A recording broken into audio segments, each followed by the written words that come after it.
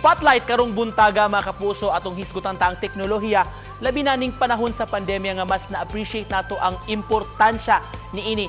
Apan gikinahanglan sa nato nga magmatngon tungod kay duna sa mga binuang panagsa nga mugawas sa internet ba o sa bisan asa pa nga mga platform nga kinahanglan kuno natong bantayan mga kapuso.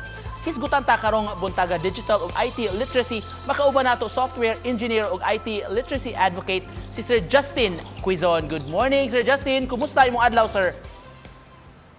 Morning Nico, okay lang dire.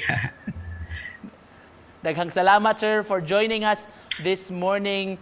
Tukion nato karong buntaga importansya sir sa IT literacy labi na dinhi sa atong nasod.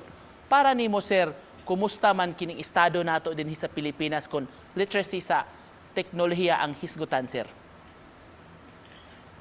As of now siguro, we're slowly, ang mga tao medyo nakabalo na gamay nga pwede day ka maka-create og income nimo through the internet, pero dili pa kayo tanan ay access kay tungod nga ang uban dili pa gid sila ka-afford og ilang kagaling internet, ilang own computer. So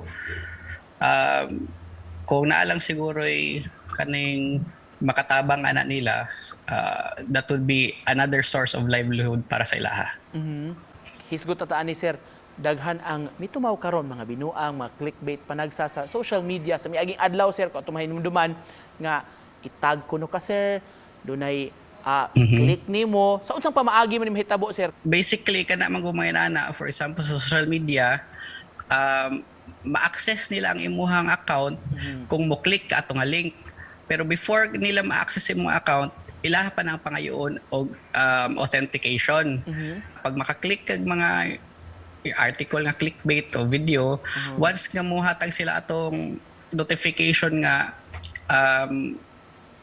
authentication nga ihatag ba nimo ani nila nga software kani sila, pwede ibo i-click na always no gid ka. Once nga mahitabo na ni sa imong account, automatic dapat yung buhaton is mag-change kag password dayon.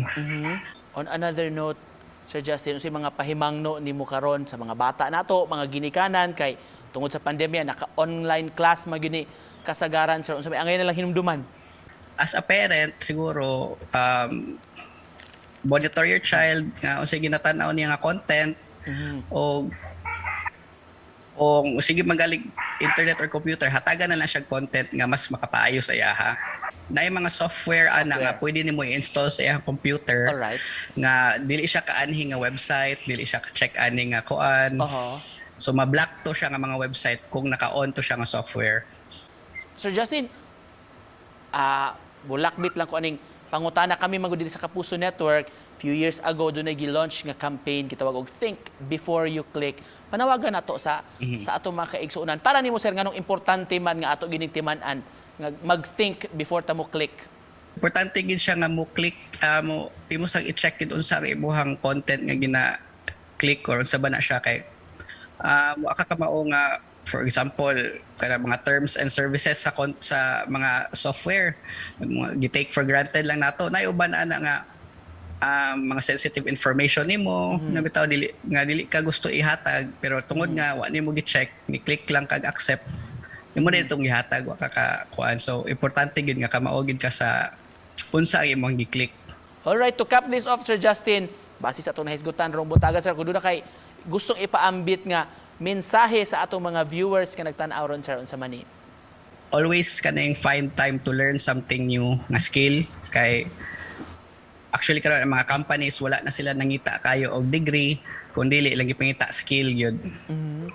Daghan kay salamat sa pag-uban kanamo karong buntaga mga kapuso, software engineer ug IT literacy advocate si Justin Quizon. Salamat Sir Justin. Salamat pod.